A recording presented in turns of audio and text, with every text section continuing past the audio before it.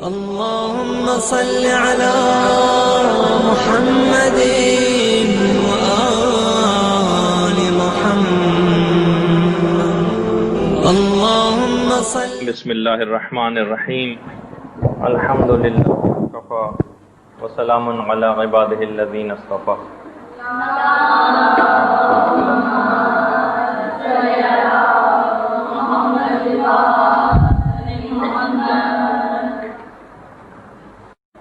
موت اور اس کی تفصیلات پر ہماری گفتگو جاری تھی،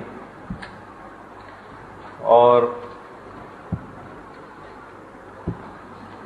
العدیلہ عند الموت وہاں تک بات پہنچی تھی. لیکن اس سے پہلے چند تمہیدی جملے جو ہم ہر دفعہ ذکر کرتے ہیں. اب آپ اس بات سے اندازہ لگائیے کہ جب ائمہ معصومین علیہم السلام، اللہم صلی علی محمد وعلی،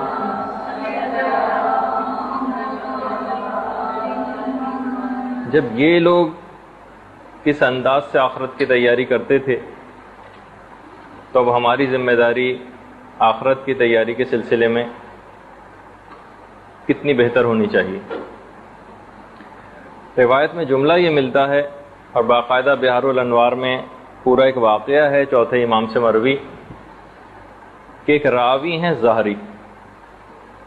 ظاہری نے دیکھا کہ چوتھے امام بہت شدید بارش میں کچھ سامان اپنی پیٹھ پر لادا ہوا ہے اور تیزی کے ساتھ جا رہے ہیں. ظاہری نے پوچھا کہ مولا اتنی سخت بارش میں آپ کہاں جا رہے ہیں؟ کہا کہ میں ایک سفر پر جا رہا ہوں اور یہ سامان سفر ہے میری پیٹھ پر. چند دن بعد ظاہری کی دوبارہ ملاقات ہوئی امام سے. وہ حیران رہ گیا کہ مولا آپ کو تو سفر کے اوپر جانا تھا، آپ تو سفر پہ جا رہے تھے کہ آپ سفر پہ نہیں گئے؟ امام نے کہا ظاہری تم نے سمجھا ہی نہیں کہ میں کس سفر کی بات کر رہا تھا. میں اس وقت سفر آخرت کی تیاری کر رہا تھا، اور وہ پیٹھ پہ جو میرا سامان تھا وہ زاد راہ تھا کہ جو میں آخرت کے لیے بھیج رہا تھا. تو آپ نے اس بات سے بھی اندازہ لگایا کہ ائمہ معصومین علیہم السلام کس طرح سے، جبکہ روایت کے اندر جملہ یہ کہ شدید ترین بارش ہو رہی تھی. ابھی 2-3 ہفتے پہلے جو بارش ہوئی تھی آپ نے دیکھا تھا کہ یہاں پر، بہرحال موجودہ زمانے میں تو خیر صورتحال ہو بھی جاتی ہے کہ انسان نہیں پہنچ پاتا، لیکن ائمہ اس بات کی بھی پرواہ نہیں کرتے تھے کہ بس صرف موسم کی وجہ سے، یا جیسے میں نے زیارت کے سلسلے میں امام خمینی کی ایک مثال دی تھی کہ شدید ترین برف باری ہو رہی تھی لیکن اس کے باوجود بھی زری تک خود چل کر جاتے تھے اپنے گھر سے، جبکہ تھوڑا سا فاصلہ بھی تھا.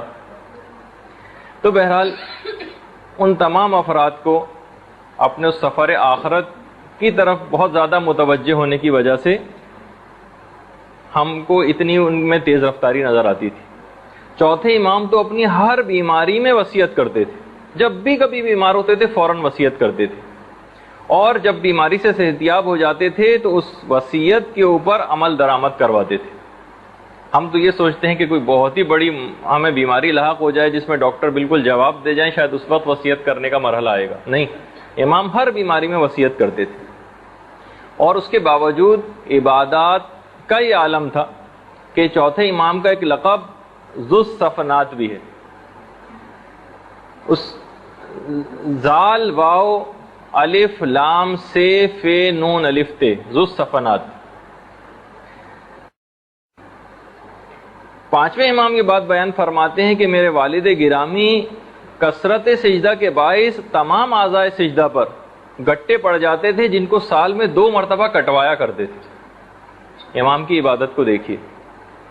اور امام کی جو سیرت میں ہمیں ملتا ہے کہ جب بھی کبھی کسی سائل کو دیکھ لیتے تھے تو اس سائل کو دیکھ کر بہت خوش ہوتے تھے. سائل کو دیکھ کر، آواز اس میں غائب ہو گئی ہے،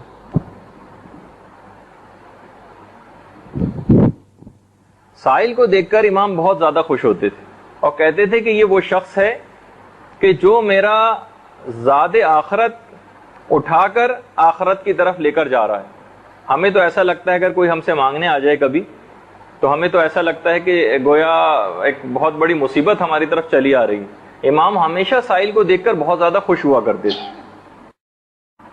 اور ائمہ معصومین کی جو سیرت جس پہ ہمیں پیروی بھی کرنی چاہیے کہ موت ان کے لیے کوئی بھی ایسا بڑا مسئلہ نہیں تھی، خالی صرف اپنے لیے نہیں کہتے تھے وہ، بلکہ ائمہ کی جب ہم سیرت بھی دیکھتے ہیں، وہ جو بہت واقعہ مشہور ہے کہ چوتھے امام کے گھر میں ایک دفعہ دعوت تھی، کچھ لوگ آئے ہوئے تھے اور جو غلام تھا، ملازم تھا، وہ کچھ سیخیں جس کے اندر کباب لگے ہوئے تھے تیزی سے سیڑھیاں چڑھتا ہوا اوپر جا رہا تھا۔ امام کے ایک چھوٹے صاحبزادے نیچے کھڑے ہوئے تھے، تو وہ اس طریقے سے اس کے ہاتھ سے وہ سلاخیں گریں جو سیدھی اس کے سر پہ جا کے لگیں، ضرب اتنی شدید تھی کہ بچے کا وہیں انتقال ہو گیا۔ غلام بے انتہا گھبرایا، بے انتہا پریشان ہوا، امام کے پاس آیا، تھر تھر کانپ رہا تھا۔ امام نے کہا بالکل گھبرانے کی ضرورت نہیں ہے، تم سے کوئی جان بوجھ کر یہ عمل نہیں ہوا ہے، بلکہ جاؤ میں تم کو آزاد بھی کرتا ہوں۔ اور امام نے اسی وقت غلام کو آزاد کیا اور نارمل طریقے سے اپنے بچے کی تجہیز و تکفین میں مصروف ہو گئے۔ ایک اور صاحبزادے کی امام کی جب رحلت ہوئی تو امام نے اس قدر صبر و ضبط کا مظاہرہ کیا، اس قدر صبر و ضبط کا مظاہرہ کیا کہ جو لوگ تھے ان کو حیران ہونے لگے کہ مولا آپ اتنے صبر کا مظاہرہ کر رہے ہیں کہ لگ رہا ہے کہ آپ کو اپنے بیٹے کی موت پر کوئی تکلیف ہی نہیں ہوئی۔ امام نے کہا دیکھو یہ ایک واقع ہونے والی چیز تھی جو واقع ہو کر رہے گی، ہمیں پتا ہے کہ خدا کی طرف سے، مفہوم امام کا یہ تھا کہ ہمیں پتا ہے کہ خدا کی طرف سے موت کا ایک وقت مقرر ہے، یہ چیز واقع ہونی تھی جو واقع ہو کر رہی، تو ہم پہلے سے ان سب چیزوں کے لیے تیار ہوتے ہیں۔ امام کی سیرت خالی یہ نہیں کہ ان کی اپنی ذات کی ہم معجزات کے طور پر پیش کر رہے ہیں، بلکہ یہ ایک ایسی چیز ہے جس میں مسلسل اس سیرت کے اندر پیغام ہے کہ ان کے ماننے والوں کو بھی اس سیرت کو اپنانے کی کوشش کرنی چاہیے۔ خود بہاری کے اندر یہ واقعہ ہے انہی ظاہری سے، جن کا بھی میں نے بارش والا جو واقعہ جن سے نقل کیا، ظاہری نے ایک دفعہ امام کو زنجیر و سلاسل، ہتھکڑیوں اور بیڑیوں کے اندر مبتلا پایا۔ امام کی سیرت میں آپ کو اکثر ملتا ہے واقعات کے اندر کہ امام کے اوپر جو مظالم ہوئے اور کس طرح سے قید کیے جاتے تھے، اور بڑے افسوس کا اظہار کیا ان ہتھکڑیوں اور بیڑیوں پر۔ امام نے کہا نہیں ہے ظاہری، تمہیں زیادہ پریشان ہونے کی ضرورت نہیں ہے، ہمیں ان ہتھکڑیوں اور بیڑیوں کی وجہ سے آخرت کے عذاب کو ہم یاد کرتے ہیں، یہ آخرت کے عذابوں کی یاد دہانی ہمیں ہوتی ہے تاکہ ہم مزید عمل کے اندر رغبت کریں، تو زیادہ پریشان مت ہو ان سب چیزوں سے۔ اور ائمہ کی تو یہ سیرت ملتی ہے کہ خود چوتھے امام کے متعلق یہ ملتا ہے کہ اکثر لوگوں کو باقاعدہ جب زیادہ دنیاوی امور کے اندر مصروف دیکھتے تھے تو فوراً ان کو متنبع کرتے تھے، آخرت کی طرف متوجہ کرتے تھے۔ حسن بصری مسلمان صوفیہ میں سے گزرے ہیں، حسن بصری، سفیان ثوری، مسلمان صوفیہ میں ان کا بہت بڑا نام ہے، البتہ بہرحال دشمنی اہل بیت ان لوگوں کے اندر پائی جاتی تھی۔ احتجاج تبرسی میں بھی ہے واقعہ، مناقب کے اندر بھی یہ واقعہ ہے کہ حسن بصری کو ایک دفعہ چوتھے امام نے دیکھا کہ خانہ کعبہ میں مقام ابراہیم کے پاس کھڑے ہو کر اور لوگوں کو کچھ باتیں سنا رہے ہیں، کچھ قصے سنا رہے ہیں۔ امام سے برداشت نہیں ہوا، امام فوراً حسن بصری کے پاس تشریف لے گئے، حسن بصری کے پاس امام تشریف لے گئے اور اس سے کہنے لگے کہ اے حسن، کیا تم نے اپنے آپ کو موت کے لیے مکمل طور پہ تیار کر لیا ہے؟ دیکھیے بالکل براہ راست اس طریقے سے امام نے ان سے بات کرنا شروع کی۔ حسن بصری نے کہا کہ نہیں مولا، نہیں۔ کہا کہ کیا تم نے اپنے آپ کو حساب کتاب کے لیے تیار کر لیا ہے؟ حسن بصری پریشان ہو گئے، کہا کہ نہیں، جس طرح کے انسان گڑبڑا جاتا ہے۔ کہا کہ حسن بصری تم نے کیا دارالعمل کی تیاری کر لی؟ کہا کہ نہیں مولا۔ کہا کہ پھر تم لوگوں کو یہ عام دنیاوی قصے سنا کر کیوں عبادت خدا سے روکے ہوئے اور ان کو طواف نہیں کرنے دیتے؟ تو اب اس کے بعد خیر بس امام نے اس طرف متوجہ کیا اور پھر اس کے بعد اپنی عبادت میں مشغول ہو گئے۔ حسن بصری نے فوراً لوگوں سے پوچھا کہ یہ کون تھے؟ لوگوں نے کہا کہ تم کو پتہ نہیں، یہ علی ابن الحسین امام زین العابدین علیہ الصلوۃ والسلام۔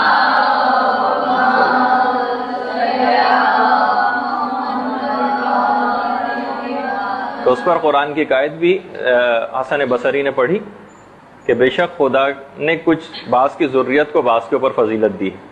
تو بہرحال ائمہ کی آپ نے سیرت دیکھی کہ ہر موقع پر آخرت اور موت کو یاد دلانا یہ ائمہ کی سیرت میں ہم کو ملتا ہے. ایک بہت بڑے عالم گزرے ہیں آخوند حمدانی. آخوند حمدانی، ان کے ایک شاگرد سے کسی نے پوچھا، ان کے ایک شاگرد تھے شیخ زاہد، ان سے کسی نے پوچھا کہ آپ کے استاد آپ کی اخلاقی تربیت کس طرح سے کرتے ہیں، کیا ان کا اسٹائل کیا ہے؟ تو ان کے شاگرد نے بات بتائی. اس زمانے میں بڑے عرفاء میں سے ان کا شمار ہوتا تھا آخوند حمدانی کا. ان کے شاگرد نے کہا کہ فقط اور فقط تذکرہ موت کے ذریعے ہماری تربیت کرتے ہیں. دیکھیے مومن کی بھی علامتوں میں سے ایک علامت یہی ہے کہ وہ ہمیشہ مومن آخرت کا انتخاب کرتا ہے. وہ واقعہ سنا ہوا ہے نا آپ نے جو ابو بصیر کا تھا. ابو بصیر نابینا تھے، چھٹے امام کے صحابی تھے، نابینا تھے. کہنے لگے کہ مولا میری بڑی شدید خواہش ہے کہ میں آپ کے چہرہ انور کی زیارت کر سکوں. اتنے قریبی صحابی اور امام کے چہرے کی زیارت بھی نہ کر سکے تھے. امام نے آنکھوں پر ہاتھ پھیرا اور جب امام نے آنکھوں پہ ہاتھ پھیرا ان کی بینائی واپس آ گئی. امام نے کہا کہ اے ابو بصیر، اس بینائی کے ساتھ اگر تم یہ چاہتے ہو کہ قیامت کے دن ہمارا تم کو جوار نصیب ہو اور تم بلا حساب جنت کے اندر چلے جاؤ تو تم کو پرانی حالت پہ واپس جانا پڑے گا.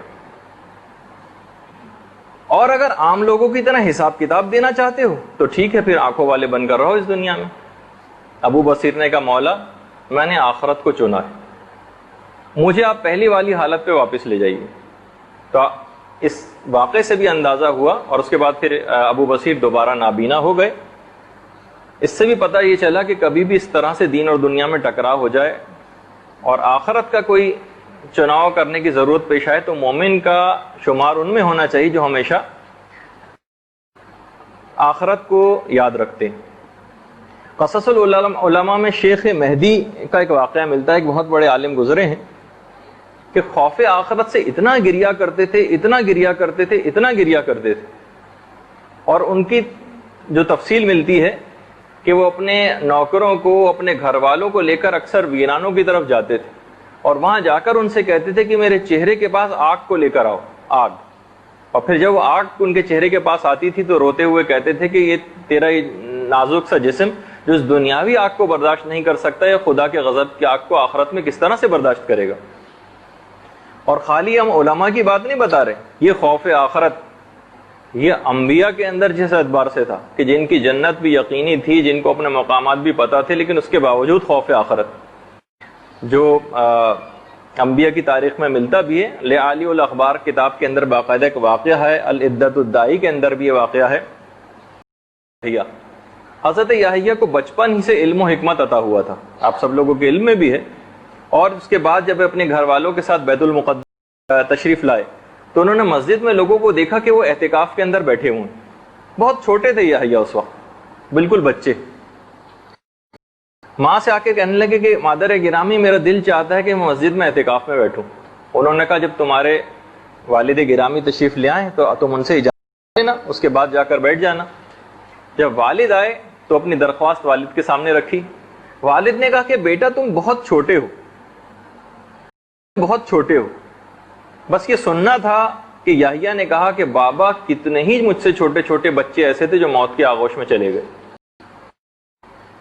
میں بھی ایک دن مر جاؤں گا. اور اس طرح سے اپنے باپ کو تیار کیا. خوف خدا سے روتے روتے روایت کے اندر ملتا ہے کہ حضرت یحییٰ کے جو آنکھوں کے گوشے تھے اور کنارے تھے شدید زخمی ہو گئے تھے، بلکہ اس کے اندر گڑھے پڑ گئے تھے جس میں ان کی والدہ کپڑے کو گیلا کر کے رکھا کرتی تھی. اور وہ واقعہ بھی ہم کو ملتا ہے. یہ سب دیکھیے بہت سارے ایسے میں آخرت سے متعلق واقعات سنانے کا مقصد ہے کہ ہم متنبع ہوں. ان تمام معلومات کو، ان تمام طریقہ کار کو آپ کے سامنے پیش کرنا اور آپ کے سامنے اس کو جمع کر کے عمل کے لیے پیش کرنے کی وجہ سے یہ ساری زحمت جو ہے اٹھائی جا رہی ہے. اور شروع میں ہم تمہیدی گفتگو کرتے ہیں تاکہ ان چیزوں کی اہمیت کا آپ کو اندازہ ہو. مرزا محمد شیرازی بہت ہی مشہور مراجع میں سے گزرے ہیں. سامرہ میں بہت شدید بیمار پڑ گئے تھے اور اتنے شدید بیمار ہوئے اور ظاہر مرجع وقت تھے. نجف اور کربلا کے علماء ان کے لیے شفا کی دعائیں کر رہے تھے ذریعے ائمہ معصومین کے اوپر جا کر. جو لوگ ان کے پاس موجود تھے وہ ان کو دلاسا دینے کے لیے، ان کے عیادت کے لیے جو آ رہے تھے، وہ کہہ رہے تھے کہ آقا آپ فکر مند نہ ہوں، بہت بڑے بڑے علماء امام کے پاس مستقل مصروف ہیں آپ کے لیے شفا کی دعا کرنے میں. ایک جملہ کہا مرزا محمد شیرازی نے، اے وہ خدا جس کی حکمت وسائل کو رد نہیں کرتی، اے وہ خدا جس کی حکمت وسائل کو رد نہیں کرتی. جب تک اس کی حکمت موجود رہتی ہے وہ چیز بھی موجود رہتی ہے، اور جب حکمت کے تقاضے پورے ہو جاتے ہیں تو خدا اس چیز کو اٹھا لیتا. اور کہنے لگے کہ لوگ میری شفا کی دعا کر رہے ہیں اور میری روح خدا سے یہ دعا کر رہی ہے کہ میں کب تک اس جسم کے پنجرے میں قید رہوں گی. یعنی جب مرنا ہی ہے، جب ہر شخص کو مرنا ہے، مرزا محمد شیرازی جتنے بھی ان کی عمر تھی اس وقت 80-90، کتنے دن اور زندہ رہ جاتے. یعنی اگر ہم کبھی کسی کے لیے شفا کی دعا کرتے بھی ہیں تو چلے کچھ مدت اس کی بڑھ جائے گی، ہزاروں سال تو اس کی نہیں ہو جائے گی نا، جو کہ خدا کی مصلحت کے بھی خلاف ہے. تو انہوں نے کہا کہ بہرحال جب حکمت کے تقاضے پورے ہو جاتے ہیں اور جب وقت کسی کا آ جاتا ہے تو پھر اس کا جواز ختم ہو جاتا ہے. خود میری اپنی روح جسم سے یہ کہہ رہی ہے پروردگار میں کب تک اس جسم کے پنجرے میں قید رہوں گی. جب مرنا ہی ہے تو کیا اچھا نہیں ہے کہ شروع سے ان تمام چیزوں کی تیاری کی جائے.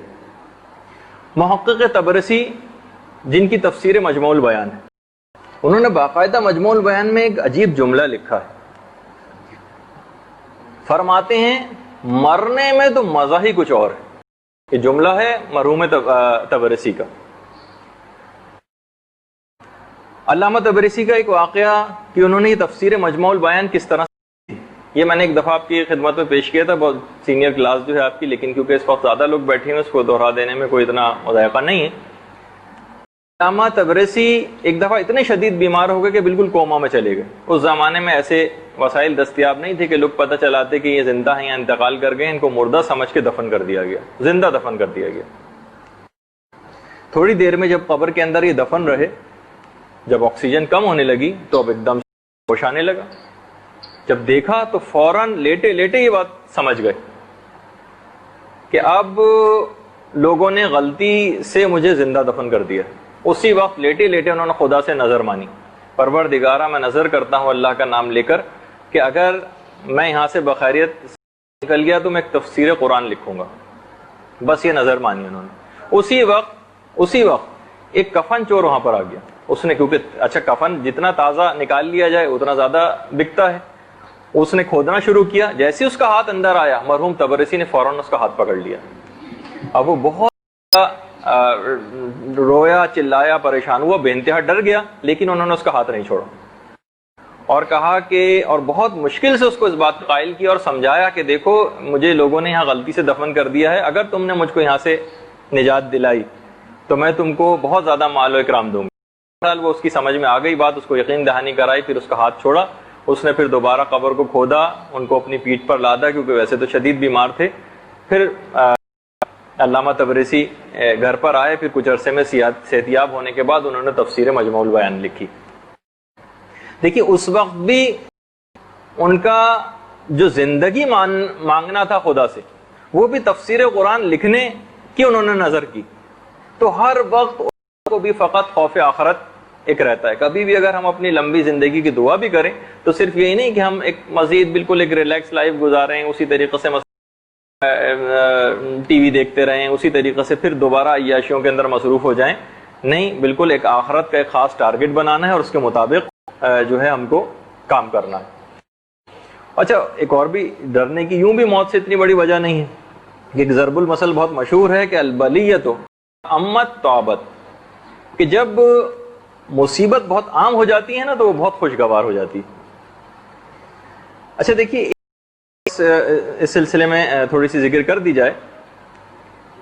عام طور پر لوگ ایک چیز سمجھتے ہیں، اس کو میں بہت احتیاط سے کروں گا اس بات کو کیونکہ اس کا کوئی سوء استفادہ نہ کرے اس سے، اور ہو سکتا ہے کہ میں اتنا اس کو واضح بھی نہ کر پاؤں کہ کیا صحت کے اصولوں کی پاسداری سے کسی کی عمر طویل ہو سکتی ہے؟ دیکھیے ہمارے دماغ میں شاید یہ خیال آئے ہر لحاظ سے حفظان صحت کے اصولوں کی پاسداری کرتے ہیں ان کی عمر کو طویل ہونا چاہیے، لیکن دیکھتے ہیں کہ دنیا میں اربوں انسان ایسے ہیں کہ جن کو صحت کے کسی ایک اصول کا بھی پتہ نہیں اور وہ بالکل کسی چیز کا خیال نہیں کرتے، نہ پانی بوائل کر کے پیتے ہیں، نہ کسی طریقے سے کوئی اور حفظان صحت کے کسی اصول کا ان کو پتہ ہے، لیکن ان کی عمریں بھی بہت طویل ہوتی ہیں۔ تو اصل بات فقط کہ دیکھیے ہمیں تو خدا کی طرف سے بہرحال حکم یہی ہے کہ ہم پوری اپنی احتیاط کریں، صحت کا خیال رکھیں، ہمیں اپنے کام کو کرنا ہے، اس میں کسی کوئی تساہلی نہیں برتنی۔ البتہ یہ ضرور ہے کہ یہ سب چیزیں ہم حکم خدا کے تحت کریں تو، لیکن ہمیں بہرحال نظر یہی آتا ہے کہ دنیا میں اربوں انسان ایسے ہیں کہ جنہیں کسی بھی اصول کا جو کہ خیال نہیں کرتے، لیکن اس کے باوجود بھی ان کو کچھ بھی نہیں ہوتا اور ان کی عمر ویسے ہی بہت زیادہ طویل ہوتی۔ اچھا اب دیکھیے بہرحال ہمیں اس دنیا کے اندر زندگی گزارنی اور ایک ایک لمحہ جو یہاں پر ہے اس سے اپنے آخرت کی جو کھیتی ہے اس کو کشید کرنا۔ الیوم یوم العمل وغدن حساب ولا عمل، آج عمل کا دن ہے، حساب کا دن نہیں، کل لیکن حساب کا دن ہوگا، عمل کا نہیں۔ اتنا بھی ہو سکے اپنے ذات آخرت کو انسان بڑھاتا جائے۔ شب عاشور امام حسین علیہ الصلوۃ والسلام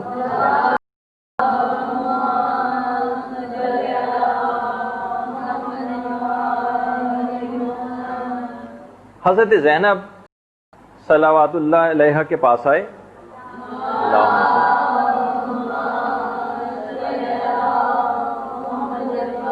کہنے لگے پیاری بہن صبر کرو، نانا رسول اللہ، بابا علی، ماں زہرا اور بھائی حسن سب مجھ سے بہتر تھے لیکن سب چلے گئے، میں بھی چلا جاؤں گا، لہذا تم صبر کرو۔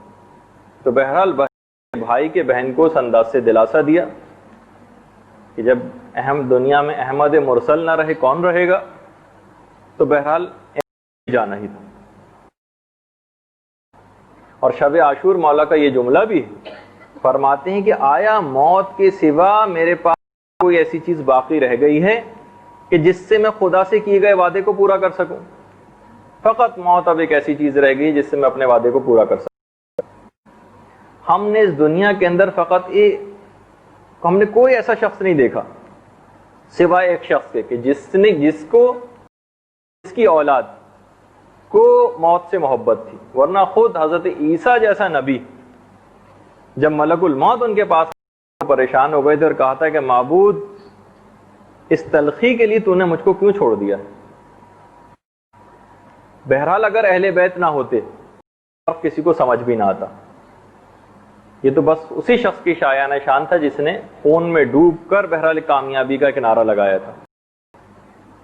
پیغمبر اسلام اتنا زیادہ لوگوں کے اندر شوق آخرت کو بیدار کرتے تھے کہ باقاعدہ روایتوں کے اندر یہ جملہ ملتا ہے کہ لوگ خودکشی کے متعلق سوچنے لگے تھے، اور اس کے بعد پھر خودکشی کی مذمت پہ آیات قرآنی وغیرہ نازل ہوئی تھی اور لوگوں کو گناہ کے متعلق متنبہ کیا گیا تھا۔ لیکن وہ شوق آخرت ان معنوں میں کہ بہرحال یہ چیزیں سب موت کے بعد ہی ملنی، تو لوگ موت کو اتنا زیادہ محبوب کر دیے تھے جس سے ہم بہت زیادہ ڈرتے ہیں۔ بس اب ہم اس کی تمہید کے بعد اب آ جاتے ہیں اپنے اس موضوع کے اوپر، ایک مرحلے وار مکمل کر رہے ہیں۔ جو پچھلی دفعہ جو بات گزری تھی 5 تقریباً ہم نے وہ باتیں بیان کر دی تھیں کہ جس سے اس بات کا شدید خطرہ ہے کہ کسی کا خاتمہ خراب نہ ہو جائے، یعنی پوری زندگی ایمان کے ساتھ گزارتے ایسا پیش آ جائے کہ ایمان ہاتھ سے نکل جائے۔ تو یہ نہیں ہے کہ ایمان ہاتھ سے نکل ہی کے ضرور رہے گا، نہیں، بس یہ چیزیں ہیں، ان کی پاسداری کیجیے۔ ساری چیزوں تو دی گئی، اپنے آپ کو صرف ان چیزوں سے بچانا ہے، اور کچھ ان اعمال کا بھی ہم اگر آج موقع ملا تو تذکرہ کر دیں گے، ورنہ اگلی دفعہ جو آج کا جو باقی ماندہ درس اور اس کے بعد ملک الموت کی آمد کی تفصیلات انشاءاللہ وہ بیان کریں گے۔ اب آ جائیے نمبر 6۔ 5 تو چیزیں بیان ہو گئی تھیں کہ برے لوگوں چلے جو بھی اپنی ترتیب ہے اس کے بعد اگلا اس کا نمبر لکھیے، وہ ہے، ویسے تو خدا اس گناہ سے سب کو محفوظ رکھے، قتل کرنا۔ قاتل کو سوء خاتمہ کا شدید خطرہ ہے۔ چھٹے امام یہ بیان فرماتے ہیں قاتل کے سلسلے میں، فرماتے ہیں قاتل مومن کے قاتل سے تم جس طرح مرنا چاہو مرو، یہودی مرو، نصرانی مرو، مجوسی مرو، تمہیں مسلمان کی موت نصیب نہیں ہوگی۔ قتل کرنا اتنا بڑا اور شدید گناہ، اور باقاعدہ عقاب الاعمال میں شیخ صدوق نے تو بڑی سخت اس سلسلے میں روایت لکھی ہے کہ کئی سو مرتبہ صرف ایک قتل کی جہنم کے اندر بھی اس شخص کو قتل کیا جائے گا۔ شاید 500 دفعہ کا تذکرہ ہے کہ صرف قتل کا جو اس کا گناہ ہوگا اس کے عذابوں کے ساتھ ساتھ اس کی ایک سزا یہ ہوگی کہ 500 مرتبہ اس کو قتل کیا جائے گا۔ اور نمبر 7 جو بار سے ہے، اب آپ لوگ اپنا نمبر اس کو دیکھیے گا، جو بھی وہ ہے گناہوں کے اعتبار سے بلا وجہ اپنے شوہر سے طلاق لینے والی عورت۔ جو عورت، یہ روایت میں جملہ ہے کہ جو بغیر کسی ویلڈ ریزن کے اپنے شوہر سے طلاق لیتی، کھلا لیتی، خدا، تمام پیغمبر، تمام فرشتے اور تمام لوگوں کی لعنت ہوتی۔ اور یہ جملہ ہے کہ ملک الموت اس کے پاس آ کر کہتے ہیں کہ تجھ کو جہنم کی بشارت ہو۔ قیامت کے دن اس سے کہا جائے گا کہ جہنمیوں کے ساتھ تم بھی جہنم کے اندر داخل ہو جاؤ۔ خبردار، اللہ رسول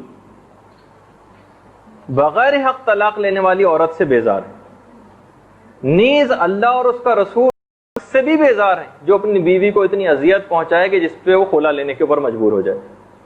لیکن بہرحال روایت میں اندر ایسی عورت کی جو بغیر ویلڈ ریزن کے اپنے شوہر سے طلاق مانگے اور یہ اسی حالت میں مر جائے، اس کے لیے جملہ ہے روایت کے اندر کہ شوہر کی رضامندی کے بغیر اگر وہ مر گئی تو اس کا حشر منافقین کے ساتھ جہنم کے سب سے نچلے طبقے میں ہوگا۔ یہ ایک اور ایسا گناہ ہے کہ جس کے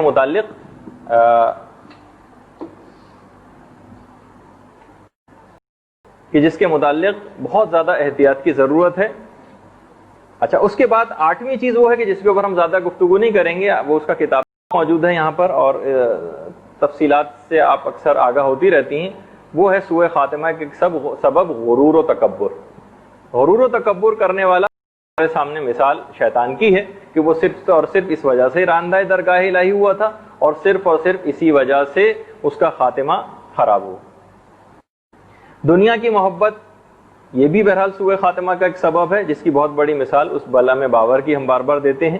اس کے لیے بھی خواہشات نفسانی اس کے اندر وَاتَّبِعَ هَوَاهُ، جو قرآن کی ایک آیت ہے کہ اس کے اندر خواہشات نفسانی نے بہت غلبہ کر لیا تھا، جس کی کا انجام خراب ہوا۔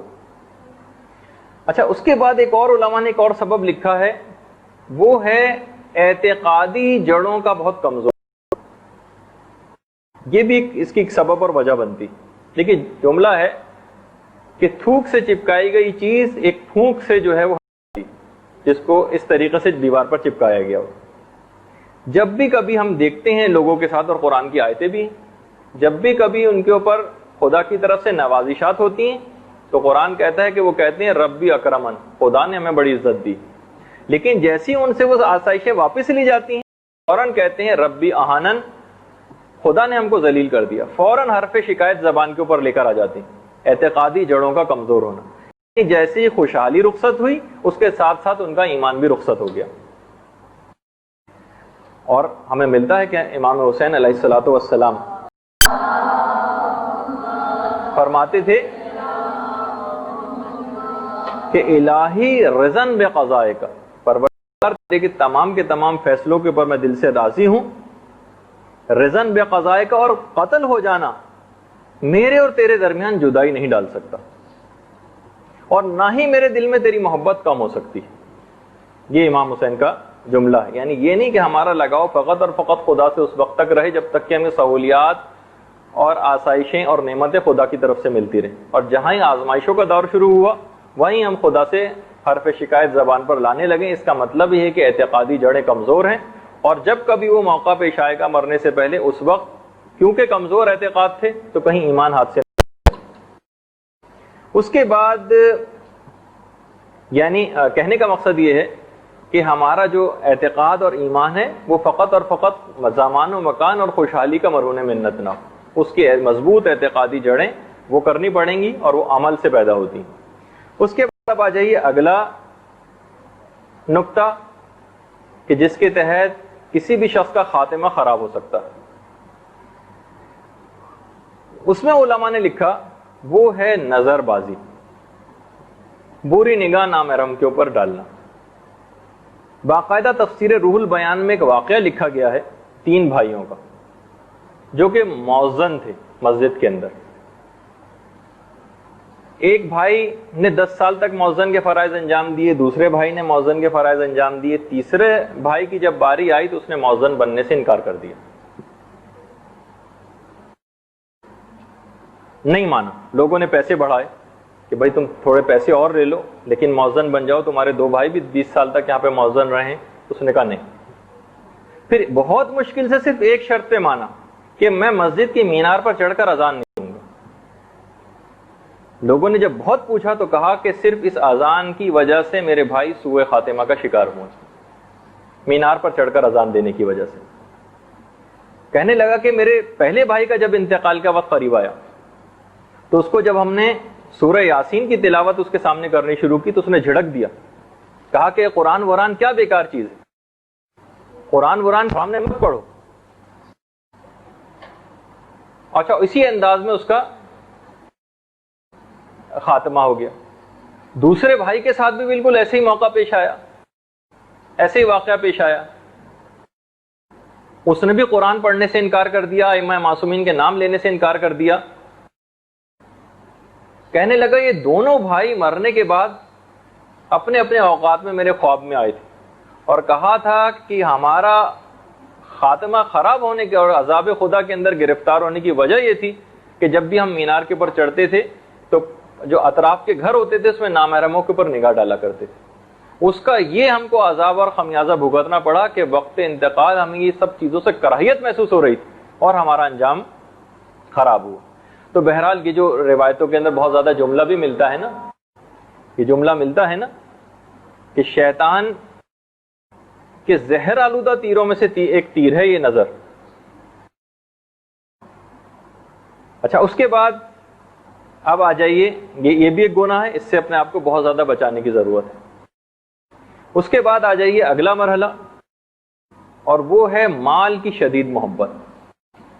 شدید محبت مال کی، یہ ہم بہت اخلاق کے اندر پڑھتے بھی ہیں، اور ہم اب تو یہ کہنے لگیں کہ بھئی اب مال کی شدید محبت اس وجہ سے کہ ہمیں مال کی بہت زیادہ ضرورت بھی، یقیناً ضرورت انسان کو مال کی ہوتی ہے، لیکن اتنی شدید محبت۔ شہید دستغیب شیرازی نے ایک واقعہ لکھا ہے اپنی کتاب میں کلیجی فروش کا، کہ جو اپنے جتنی بھی دن بھر کی کمائی ہوتی تھی اس کو ایک تھیلی میں جمع کر کر رکھتا رہتا تھا۔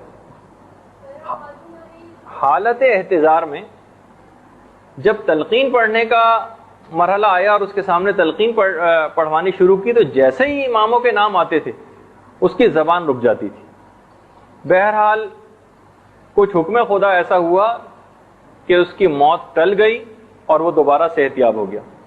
لوگوں نے اس سے پوچھا کہ ساری زندگی تم اماموں کا نام اتنا لیتے رہے اور بڑھ بڑھ کے نعرے لگاتے رہے، لیکن جب اماموں کا نام لینے کی باری آئی تو تمہاری زبان وہاں پہ آ کر لڑکھڑا جاتی تھی اور تم رک جاتے تھے، ایسا کیوں ہوتا تھا؟ کہنے لگا کہ جیسے ہی میری زبان پہ ائمہ کے نام جاری ہونے لگتے تھے میرے سامنے ایک شخص آ جاتا تھا جس کے ہاتھ میں میری وہ تھیلی ہوتی تھی اور کہتا تھا دیکھو اگر خبردار اگر تم نے نام لیا تو میں تمہاری اس تھیلی کے اوپر قبضہ کر لوں گا اور یہ پیسے میں تم سے چھین لوں گا۔ کیونکہ مجھے اپنے اس پیسے سے شدید محبت تھی تو میں اس کا نام لینے سے رک جاتا تھا۔ یہ ایک ایسی چیز ہے کہ بہرحال دنیا کی شدید محبت، یہ ایک ایسی چیز ہے کہ یہ وقت اس سے اگر بہت زیادہ دلی طور پر لگاؤ رکھا تو یہ وقت احتضار جتنا پیسا بڑھتا چلا جائے گا اتنا ہی اچھا، یہ ہر شخص کے مطابق ریلیٹو بھی ہے، جس کی جتنی حیثیت ہے اس کے مطابق اس کو اتنے ہی مال جو اس کے پاس ہے اس سے شدید محبت ہوتی۔ تو تو بہرحال اس کی محبت کو کم کرنے کے کچھ طریقے بھی ہیں. بہرحال اس کے اندر سے ایک سب سے آسان طریقہ تو یہ ہے کہ خدا کی مخلوق کے اوپر اس پیسے کو زیادہ سے زیادہ خرچ کیا جائے. تو بہرحال تقریباً 11 یا 12 یہ موقع ہوئے. اب آ جائیے اگلا، شراب. بصرے کی ایک عورت کا واقعہ بہت مشہور ہے، آپ لوگوں میں سے اکثر ذاکرات مجالس میں پڑھتی بھی ہیں. ام خالد کا واقعہ کہ مدینے وہ آتی ہیں چھٹے امام کے پاس اور آ کر اجازت طلب کرتی ہیں کہ میں دل کی ایک مریضہ ہوں اور مجھ کو کسی طبیب نے مشورہ دیا ہے کہ میں اگر شراب پی لوں تو اس مرض کا علاج ہو سکتا ہے. امام نے کہا کہ اے ام خالد، اگر تم نے شراب پی، چاہے اس طبیب کے کہنے پر ہی کیوں نہ صحیح، تو تم کو وقت نزا سخت تکلیف کا سامنا کرنا پڑے گا. اچھا، دل کے امراض میں تو اب تو ایک اسباب میں سے ایک ہے شراب پینا، بلکہ میڈیکل کے طور پہ اور پریسیپیٹیٹ کرے گی وہ اس مرض کو، حالت مرض میں اگر وہ شراب پی جائے.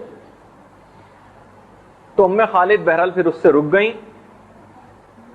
ام خالد نے یہی کہا کہ قیامت کے دن اگر مجھ سے پوچھا گیا کہ تم نے شراب کیوں پی تو میں کہوں گی کہ میرے آقا و مولا نے مجھے اس کی اجازت دی تھی. امام نے کہا نہیں اے ام خالد، اگر تم نے شراب پی تو وقت نزا سخت تکلیف کا سامنا کرنا پڑے گا. اور بہرحال پھر انہوں نے شراب نہیں پی. اور جیسے میں نے پچھلی دفعہ بھی ایک دفعہ اس میں عرض کیا تھا کہ غالباً شراب کے متعلق کہ اگر کسی نے ایک قطرہ بھی پیا اور وہ بلا توبہ اس دنیا سے چلا گیا تو اس کا خاتمہ خراب ہوگا. اور وہ روایت آپ پچھلے درس میں سن چکی ہیں کہ شدید پیاس اس کے اوپر مسلط کی جائے گی. اس کے بعد اگلا گناہ کہ جس کی وجہ سے کسی بھی شخص کا خاتمہ خراب ہو سکتا وہ ہے مومن کو طعنہ دینا. کتنی معمولی سی بات ہے ہمارے نزدیک یہ، لیکن اس کا عذاب کتنا محیط ہو جاتا ہے سب چیزوں کے اوپر. چھٹے امام جعفر صادق علیہ الصلوۃ والسلام فرماتے ہیں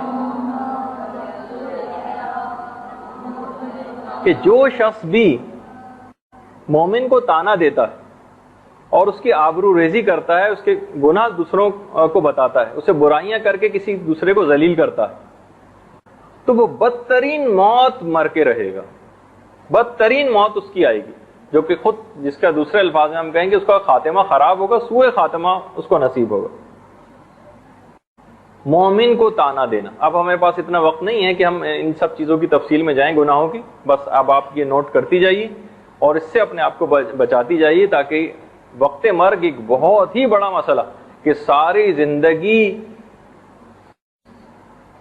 جو ہم محنت کرتے رہے کہیں وہ عین وقت مرگ ایمان ہاتھ سے نہ چلا جائے. اچھا، اس کے بعد ہے نافرمانی والدین. سوء خاتمہ کا ایک بہت بڑا سبب جس کے متعلق ہم کئی دفعہ ذکر بھی کر چکے ہیں، بہت دفعہ اس کے متعلق باتیں آ چکی ہیں. تو بس یہ آپ نوٹ کیجئے، اس کے فوراً بعد ہم اگلے پوائنٹ کے اوپر جاتے ہیں. نماز میں سستی کرنا. بہت دیندار لوگ بھی ہوتے ہیں تو اکثر ان کی بھی نماز فجر قضا ہو ہی جاتی. یہ بھی نماز میں سستی کرنے کے مترادف ہے اور ایسے اشخاص کا بھی خاتمہ خراب ہو سکتا ہے. اس میں کسی بھی قسم کا دیر سے سونا یا کوئی عذر یا بعد میں افسوس کرتے رہنا، یہ آپ مت سمجھیے کہ یہ کوئی اتنے قابل قبول عذر ہوں گے. تمام پوری آج تک ہم نے کسی کو نہیں دیکھا کہ جس کا امتحان سونے کی وجہ سے رہ گیا ہو، کیونکہ وہ اس کو اہمیت دے رہا ہوتا ہے. آج تک ہم نے نہیں دیکھا کہ وہ سونے کی وجہ سے کسی کی فلائٹ مس ہو گئی ہو، لیکن نمازیں قضا ہو جاتی ہیں، اس کے اوپر بعد میں ایک ہلکا سا افسوس کرتے ہیں اور اس کے بعد قضا انجام دینی شروع کر دیتے ہیں. نہیں جی ہاں، یہ ایک پورا ایک الگ ایک ہمارا اس کے موضوع پر ایک پچھلے جو درس ہوئے ہیں اس کے اندر بھی بہت ساری باتیں آئی ہیں، لیکن اس کو انشاءاللہ کسی بھی وقت ہم الگ سے مکمل کریں گے، کیونکہ ابھی بہت ساری چیزیں ہمیں بیان کرتے جانا ہے کہ نماز اس کے بہت سارے طریقے بھی ہیں. ان میں سب سے اچھا طریقہ ہے رات کو جلدی سونے کی عادت ڈالنا. ویسے ایک آیت بھی ہے جو مفاتی کے اندر بھی ہے غالباً، وہ اگر سونے سے پہلے اگر وہ آیت پڑھ لی جائے تو جس وقت چاہے انسان بیدار ہو سکتا ہے، جو بھی اپنے دماغ میں ٹائم سیٹ کرے. لیکن بہرحال اس کی آہستہ آہستہ اس کی عادت ڈالی جائے گی، لیکن سب سے بہتر یہی ہے کہ انسان جلد سونے کی عادت ڈالے. پھر اس کے بعد ایک اور ہے جس کو ہم ہیڈنگ تو یہی ڈالیں گے کہ مسائل فقہ کی عدم واقفیت.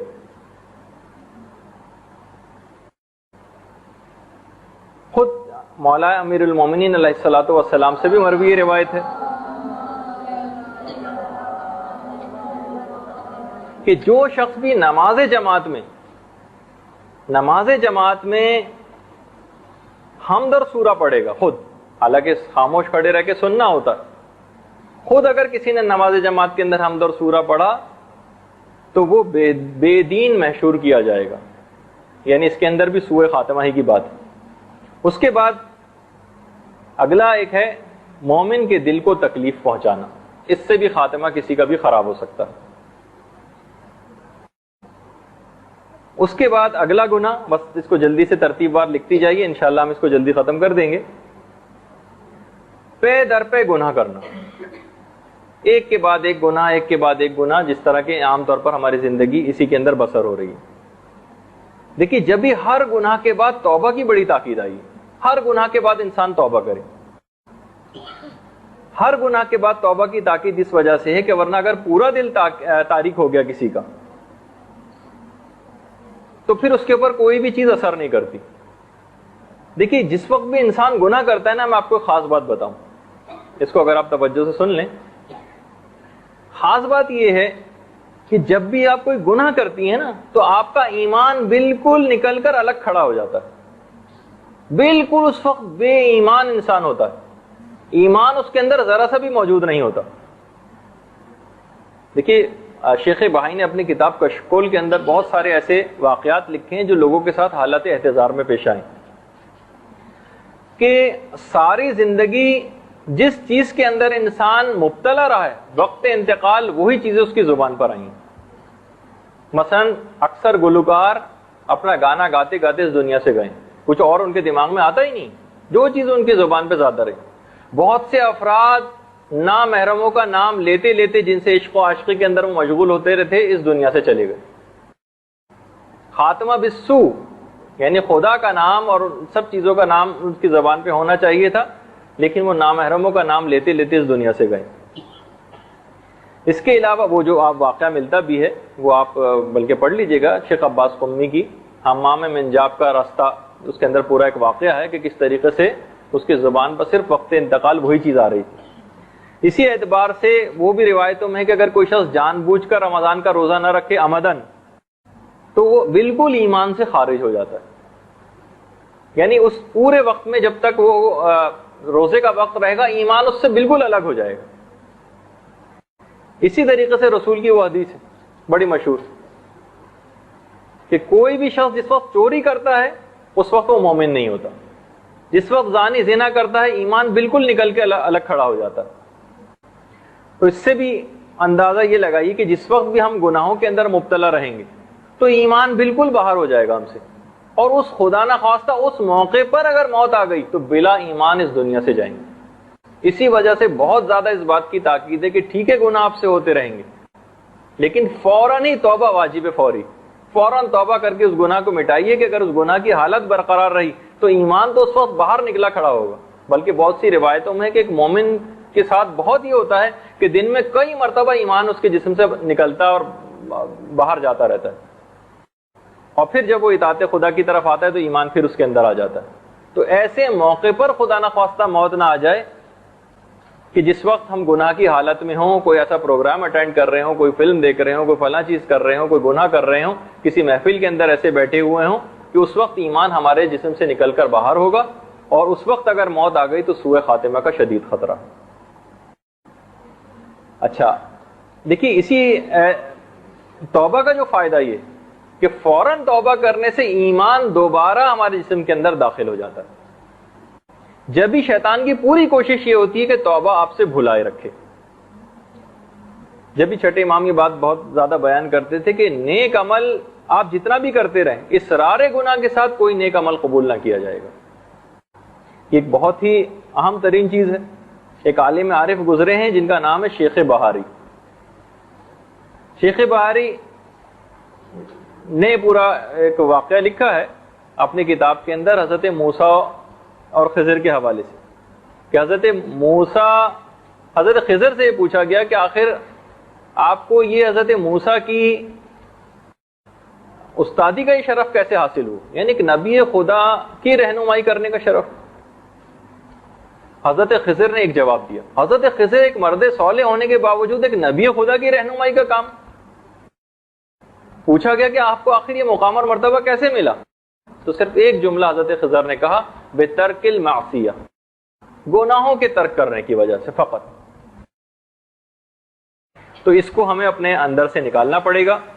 اچھا، اب یہ جتنے گناہوں کا ایک کوٹ ہمارے اوپر جمع ہوتی چلی جا رہی ہے، آخر کون سے ایسے ہم طریقہ کار کو اختیار کریں کہ ہم تھوڑے چھوٹے سے عمل سے بہت بڑے بڑے اپنے گناہوں کو اور بہت بڑی تعداد میں گناہوں کو ختم کروا سکیں؟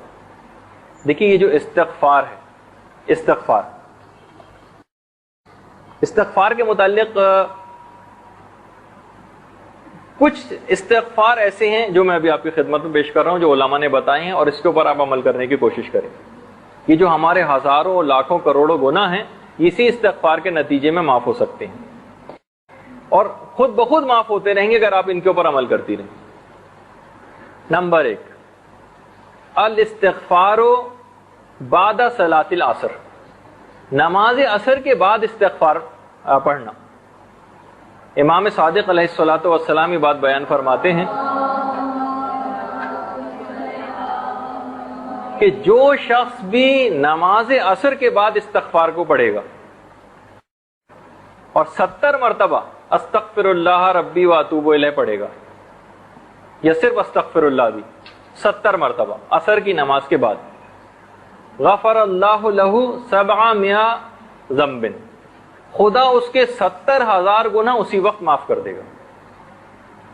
نماز عصر کے بعد 70 مرتبہ صرف استغفر اللہ کہنا 70,000 گناہوں کو معاف کرواتا ہے. دیکھیے، کیونکہ گناہوں کا ایک ایسا انبار ساری زندگی میں ہم جمع کرتے ہیں، اسی وجہ سے اتنا زیادہ ان چیزوں کا ثواب بھی بتایا گیا ہے. ایک تو استغفار ہو گیا. یہ دوسرا استغفار ہے الاستغفار دبر کل فریضۃ.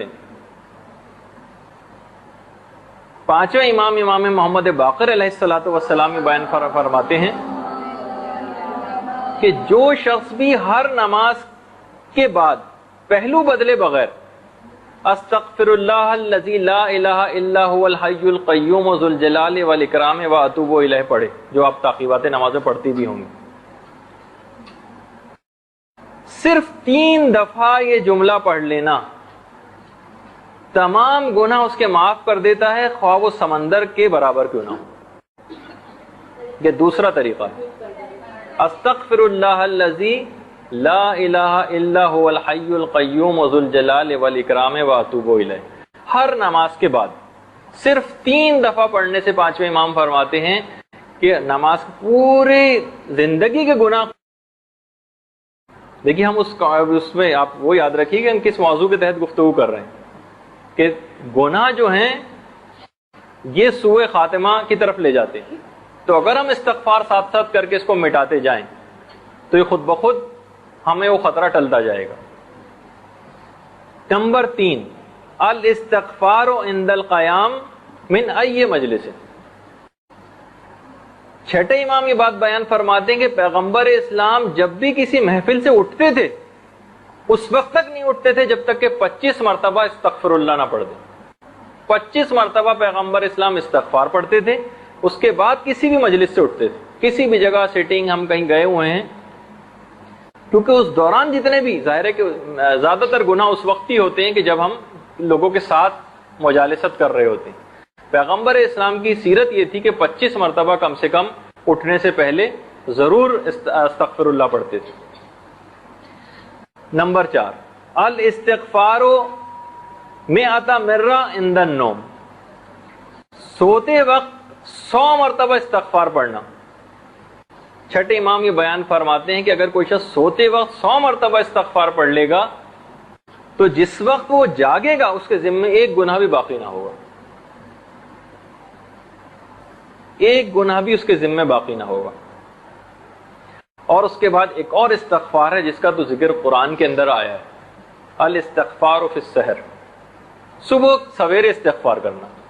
والمستغفرین بالاسحار یا وبالاسحار هم یستغفرون. سورہ زاریات کے اندر جو ہے ایسے لوگوں کی بہت تعریف بیان کی گئی ہے جو صبح کے وقت استغفار کرتے ہیں، سحر کے وقت. اچھا، ایک دفعہ میں نے بہت پہلے ذکر کیا تھا کہ سحر کا یہ جو سحر خیزی اور سحر کا جو وقت ہے وہ اصل میں نماز فجر سے تقریباً 1 گھنٹے پہلے کا ہے، یعنی جس کو صحیح وقت سحر کہا جائے گا، جس کے اندر عبادتیں انجام دینی ہوتی. تو یہ کچھ ایسے استغفار ہیں کہ جس سے خود بخود آپ کے گناہ جھڑتے رہتے ہیں. اس کے علاوہ ایک استغفار اور دیکھیے، استغفار کی شکلیں ہیں. یہ جتنی آپ نمازیں یومیہ پڑھتی ہیں خود استغفار. روایت میں کہ جو روزانہ 5 مرتبہ دن میں نہائے اور غسل کرے، کیا اس کے جسم پر کبھی کوئی کدورت اور گندگی اور میل باقی رہے گا؟ نہیں. اسی طریقے سے روحانی گندگی اور نجاستیں یہ خود بخود اگر ہم اچھے طریقے سے نماز پڑھیں اور اس کی محافظت کریں تو یہ خود بخود ہمارے ذمے جو گناہ ہوں سب معاف ہوتے رہیں گے. اسی اعتبار سے ایک اور استغفار ہے، وہ ہے نماز جمعہ.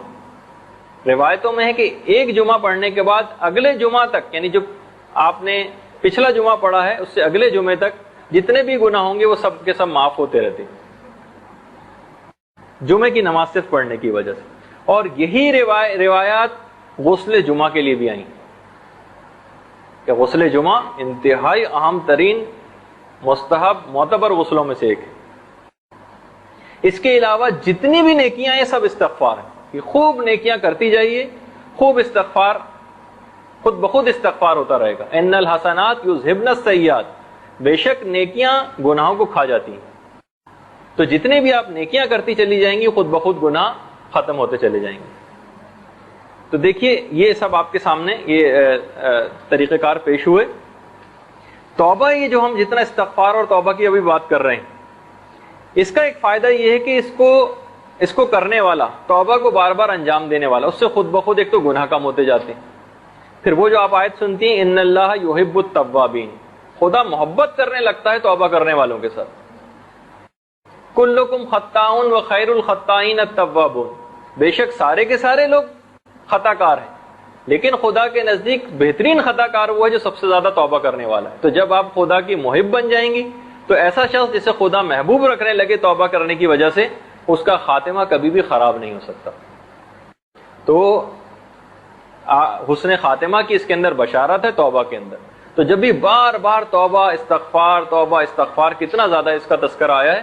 اور یہ خود بخود آپ دیکھیں گے کہ صرف یہ فقط بہت سے لوگ کہتے ہیں بھائی یہ صرف تسبیحاں پڑھتے رہنا استغفار کی خالص سے کچھ نہیں ہوگا.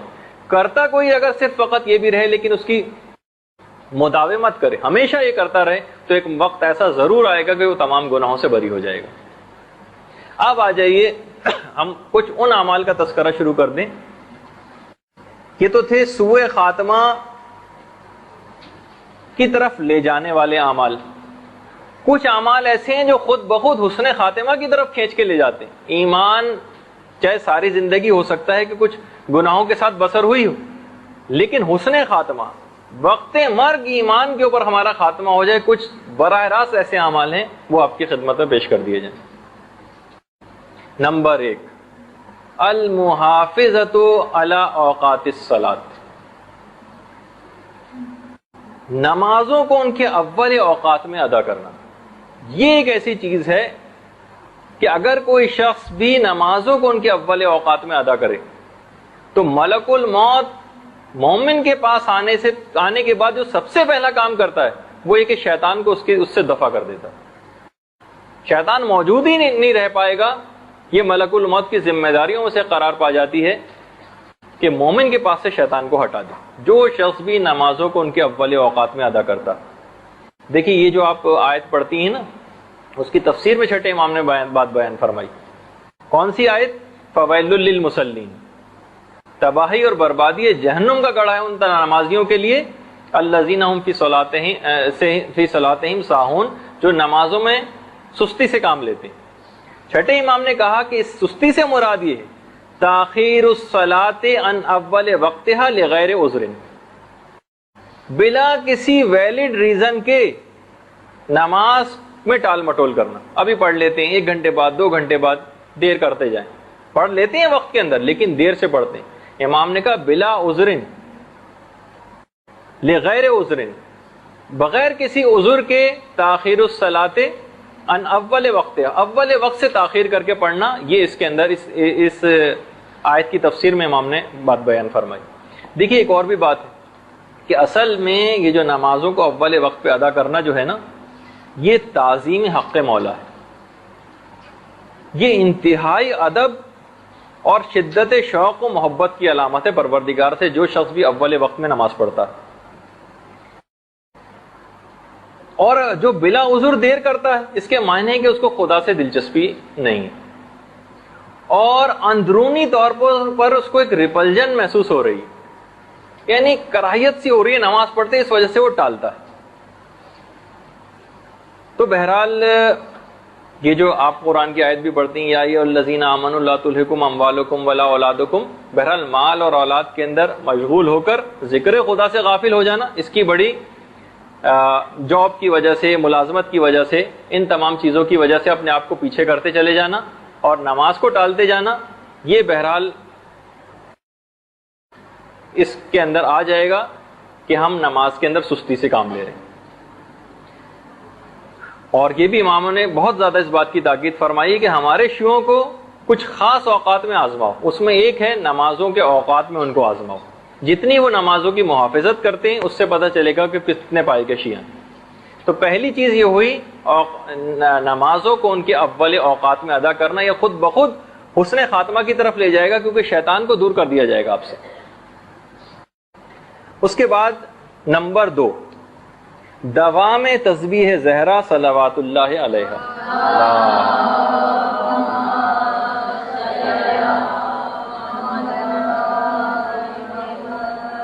چھٹے امامی بات بیان فرماتے ہیں کہ سوائے شقی کے تسبیح فاطمۃ الزہرا پڑھنے کو کوئی شخص ترک نہیں کرتا، اس التزام کو سوائے شقی کے کوئی ترک ہی نہیں کرتا ہے۔ تو خدا کا شکر کہ بہرحال یہ چیز مومنین کے اندر رائج ہے، اور یہ بھی فرمایا کہ اس کو پڑھنے والا ہمیشہ سعید رہے گا، سعید، سعادت یافتہ، حسن خاتمہ کی بشارت ہے اس کے اندر۔ تسبیح حضرت زہرا کو پڑھنے والا، اس کا خاتمہ بالکل ٹھیک اور بخیر ہوگا۔ نمبر 3، التختم بالعقیق، عقیق کی انگوٹھی پہننا۔ عقیق کے اندر تو واقعی ایسے فضائل اور برکات ہیں کہ دنیا اور آخرت کی گویا ہر چیز کے اوپر اس کے اثرات ہیں۔ دنیا کے اثرات جو روایات کے اندر مذکور ہیں، ایک تو فقر و فاقہ سے وہ شخص محفوظ رہتا ہے، دوسری بات یہ کہ یہ بہت مبارک ثابت ہوتا ہے، تیسری چیز یہ کہ اس سے غم و حزن، جو بھی شخص اس کو پہنتا ہے اس کو غم و حزن اور ڈپریشن سے وہ محفوظ رہے گا، ہر قسم کی بلاؤں سے بھی محفوظ رہے گا، اور جس شخص سے بھی اس کو خوف محسوس ہوگا اس سے وہ امان میں رہے گا، سوائے خیر کے وہ کوئی چیز نہ دیکھے گا، اور ہر سفر میں بھی امان میں رہے گا۔ باقاعدہ معصومین کے پاس لوگ آتے ہیں کہ مولا ہم نے فلاں جگہ ویرانے کے اندر ایک شخص کی لاش پڑی دیکھی، امام نے کہا کہ جاؤ جا کر دیکھ کر آؤ کہ اس کے ہاتھ میں عقیق کی انگوٹھی ہے یا نہیں۔ لوگوں نے آ کے بتایا کہ نہیں مولا عقیق کی انگوٹھی تو نہیں تھی۔ کہا کہ اگر اس کے ہاتھ میں عقیق ہوتا تو اس طرح سے نہ مارا جاتا، ایکسیڈنٹل اموات سے بھی بہرحال یہ بچاتا ہے، اور بہت سی روایت میں تو یہاں تک بات آئی ہے کہ وہ ہاتھ جس میں عقیق کی انگوٹھی ہوگی وہ ہاتھ کٹنے سے اور خون نکلنے سے محفوظ رہے گا، اور وسعت رزق اور حاجت براری کے لیے بھی بہت زیادہ مجرب ہے عقیق کا پہننا۔ اچھا، اب یہ تو دنیا کی باتیں تھیں عقیق سے متعلق، آخرت کی باتوں میں سے ایک فوائد میں سے ایک یہ کہ ایک تو نفاق سے وہ شخص بری ہو جاتا ہے، منافقت اس میں سے ختم ہو جاتی، دوسرا حسن خاتمہ کی بشارت اس کو ملے گی، حسن خاتمہ یہ بھی ہے روایت میں، لیکن ہم حسن خاتمہ ہی کو تو بیان کر رہے ہیں نا۔ اور خدا کو وہ ہاتھ اٹھا ہوا دعا کے لیے بہت پسند ہے کہ جس ہاتھ میں عقیق ہو، وہ یعنی دعا وہ اس کی ضرور قبول ہو جائے گی، اس ہاتھ کو جہنم کی آگ چھو نہ سکے گی جس ہاتھ میں وہ عقیق پہنتا تھا۔ اور ایک رکعت نماز عقیق کی انگوٹھی کے ساتھ بغیر عقیق کی انگوٹھی پہنے 1000 رکعت نماز سے افضل۔ فروع کافی میں بھی، ثواب الاعمال میں بھی یہ بہت زیادہ روایتیں سلسلے میں آئی ہیں۔ باقاعدہ کچھ لوگوں نے آ کر معصومین سے ڈاکوؤں کی بھی شکایت کی تھی، آج کل بھی خیر ڈاکو جگہ جگہ ہیں، تو امام نے معصوم نے کہا کہ تم عقیق کیوں نہیں پہنتے، کیونکہ ہر بلا سے انسان کی حفاظت کرتا ہے۔ اچھا، ایک اور چیز ہے کہ جو چوتھے امام نے ایک الگ سے چیز بتائی کہ اگر پیغمبر اسلام کا نام اور مولا کا نام عقیق کی انگوٹھی کے اوپر کندہ کروا دیا جائے، یعنی اس طرح سے اگر لکھا ہو مثلا محمد پھر آگے نبی اللہ یا پھر علی ولی اللہ، اس طرح سے بھی اگر لکھوا دیا جائے تو وہ بری موت سے چوتھے امام کہتے ہیں کہ وہ شخص محفوظ رہے گا اور وہ ہمیشہ دین فطرت ہی کے اوپر مرے گا۔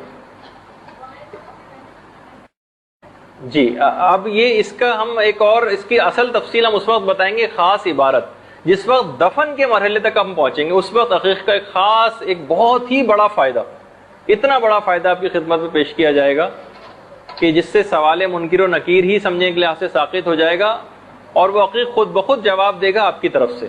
وہ ایک خاص طریقہ آیت اللہ خوئی نے لکھا ہے، انشاءاللہ ہم دفن کے موقع پر اس کو پیش کریں گے۔ اس کے بعد اب آ جائیے، یہ کتنے طریقے ہوئے؟ 3۔ نمبر 4، المداومۃ علی دعاء الغریق، دعائے غریق کو ہمیشہ پڑھنا۔ چھٹے امام یہ بیان فرماتے ہیں کہ جو شخص بھی یہ والی دعا پڑھے گا، یعنی یہ یا اللہ ہو یا رحمان ہو یا رحیم یا مقلب القلوب ثبت قلبی علی دینک، اگر آپ اپنے لیے پڑھ رہی ہیں اور اگر اجتماع کے لیے اور سب کے لیے تو ثبت قلوبنا علی دینک، یہ والی دعا پڑھنا۔ اس کا ایک نام دعائے حزی بھی بہت سی کتابوں میں، البتہ دعائے حزی ایک اور دعا بھی ہے، لیکن دعائے غریق اور دعائے حزی یہ دونوں مترادف ناموں کے اندر استعمال ہوتی ہیں۔ تو وہ شخص کہ جو روزانہ اس دعائے غریق کو پڑھتا رہے گا اس کا بھی حسن خاتمہ ہوگا، روایت کے اندر۔ نمبر 5، ہر نماز کے بعد 10 مرتبہ تسبیحات 4 پڑھنا۔ ہر نماز کے بعد 10 مرتبہ تسبیحات 4 پڑھنا حسن خاتمہ نصیب کروائے گا۔ نمبر 6، ذی قعدہ کی پہلی تاریخ کی جو نماز ہے، ماہ ذی قعدہ کی پہلی تاریخ کی نماز، یہ آپ کو مفاتیح میں بھی مل جائے گی اس کا طریقہ۔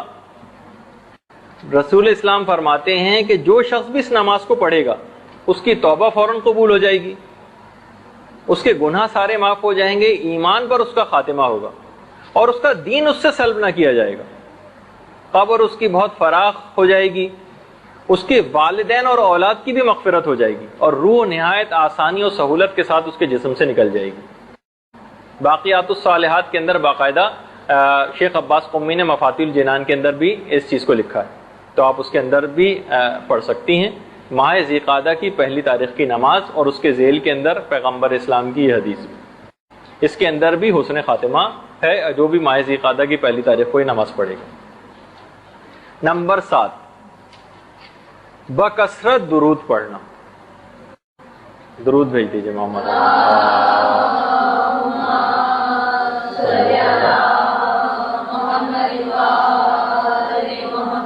وہ واقعہ یاد کیجیے جب ہم نے حج کے سلسلے کا ایک بیان کیا تھا کہ جو ہر شخص جس میں سے وہ شخص ہر وقت درود ہی پڑھتا رہتا تھا، اس کے اندر بھی یہ بات آئی تھی کہ اس کا خاتمہ خراب ہو رہا تھا اس کے باپ کا، لیکن پیغمبر اسلام کی آواز آئی تھی کہ تو ہر وقت ہم پر درود پڑھتا تھا کثرت سے، آج اس کی جزا کا وقت آ گیا۔ تو بہرحال اس کے اندر بھی یعنی عین اس وقت کہ جب اس کا خاتمہ خراب ہونے والا تھا وہ اس کا خاتمہ بالخیر ہو گیا کثرت درود پڑھنے کی وجہ سے۔ اس کے بعد نمبر 8 ہے ایمان موجودہ پر شکر کرنا۔ ہم نے کبھی اس چیز کی اہمیت کا احساس ہی نہیں کیا کہ کتنی بڑی یہ دولت ایمان بغیر کسی کچھ ہاتھ پاؤں ہلائے ہمیں ایسے ہی مل گئی۔ ایمان موجودہ پر شکر کرنا، اور ان شکرتم لازیدنکم، جو شخص بھی شکر کرے گا ہم اس میں اضافہ کر دیں گے، نعمت میں اضافہ، یعنی ایمان موجودہ پر جب شکر ہوگا تو خود بخود شکر کرنے کی وجہ سے ایمان میں اضافہ ہوگا، جب ایمان میں اضافہ ہوگا تو پھر حسن خاتمہ خود بخود ہی ہوگا، کیونکہ وقت مرگ جب اضافہ شدہ ایمان ہے وہ ہاتھ سے نہیں لیا جائے گا۔ اور اس کے بعد نمبر 9 وہ مشہور جو کہ دعا کے طور پر بھی ہے اور قرآن کی آیت بھی ہے، اس کو پڑھنے والا شخص ربنا لا تزغ قلوبنا بعد اذ ہدیتنا وہب لنا من لدنک رحمہ انک انت الوہاب۔ ربنا لا تزغ قلوبنا بعد اذ ہدیتنا، پروردگار ہدایت آنے کے بعد میرے دل کو نہ پھیر دینا۔ یہ قرآن کی آیت ہے باقاعدہ۔ دیکھیے یہاں بھی اس کے اندر ایک جملہ آیا ہے وہب لنا، ہمیں تو اپنی طرف سے یہ تحفہ دینا، وہب لنا۔ دیکھیے جو بھی یہ لامحدود جنت ہے نا، یہ ہمارے 50-60 سال کی زندگی کے محدود ریاضیات کا بدلہ تو نہیں بن سکتی. بہت ہوا تو ہمارا استحقاق اتنا بننا چاہیے تھا کہ بس 50-60 سال کی جنت ہی ہم کو مل جاتی. تو اس جو چند سال آپ نے انجام دی ہیں، لامحدود جنت کا استحقاق تو پیدا نہیں ہوتا. تو اب یہ جو بہرحال جب استحقاق پیدا نہیں ہوتا تو پروردگار کی طرف سے جو لافانی جنت ہے، یہ سوائے ہبہ کے اور تحفے کے کچھ اور نہیں. جب ہی اس کے اندر اس کا جملے کا یہ بھی بات آئی ہے ہبہ. دیکھیے ہبہ جو ہبہ ہے نا، یہ بدون معاوضہ ہوتا ہے، جس میں واہب اپنے جو تحفہ دے رہا ہے وہ اپنے غیر متناہی کرم سے جتنا چاہے دے دے، اس پہ کوئی روک ٹوک نہیں. اور پھر آخر میں یہ بھی کہا انکا انت الوہاب. آخر تم کو یہ ہبہ مانگنے کا حق کہاں سے پیدا ہوا؟ اس وجہ سے پیدا ہوا کہ ہم وہاب ہیں، ہم بڑے سخی داتا اور بخشش کرنے والے ہیں، اس وجہ سے تم کو یہ حق پیدا ہوا. تو بہرحال پروردگار سے اپنے ایمان کی سلامتی کی دعائیں مانگنا، اور اس کے اندر یہ والی دعا پڑھنا ربنا لا تزغ قلوبنا، یہ حسن خاتمہ کی طرف انسان کو لے جاتی. 9 چیزیں ہوئیں. 10ویں چیز، اب ہم بہت تیزی کے ساتھ اس کو بس مکمل کرتے جا رہے ہیں. 10ویں چیز ہے سورہ محمد کی تلاوت کرنا. درود بھیج دیجئے محمد اللہ.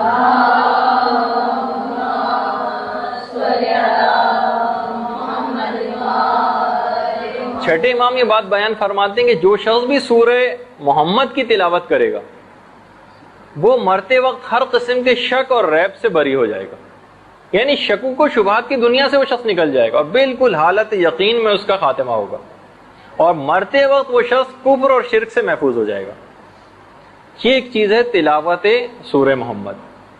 اس کے علاوہ جو 11ویں چیز ہے وہ ہے تلاوت سورہ ہمزہ. ویل لکل ہمزۃ لمزہ. چھٹے امام یہ بات بیان فرماتے ہیں کہ جو شخص بھی اپنی واجب نمازوں میں سورہ ہمزہ پڑھے گا، فقر و فاقہ اس سے دور ہو جائے گا، رزق اور روزی کے دروازے اس کے لیے کھل جائیں گے.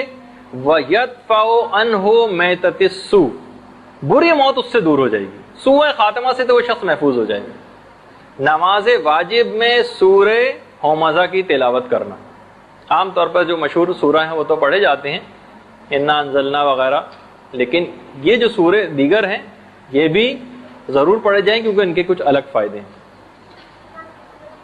نہیں، انا انزلنا کو ترک کر دیجئے اور اس کی جگہ یہ والا سورہ پڑھیں. یعنی ہمیشہ ایسا نہیں کریں، یعنی انا انزلنا کا ثواب بھی بہت زیادہ ہے، لیکن مختلف الگ الگ جو سورے بتائے گئے ہیں اس کے اندر ان سوروں کو پڑھنا. تو آج کی حد تک گفتگو یہاں پر روکتے ہیں. صلی اللہ علی محمد وآلہ الطیبین الطاہرین. اللجن اللجن یا مولا اللجن اللجن اللجن اللجن ماسٹر اللجن اللجن اللجن یا صاحب السماء اللجن اللجن اللجن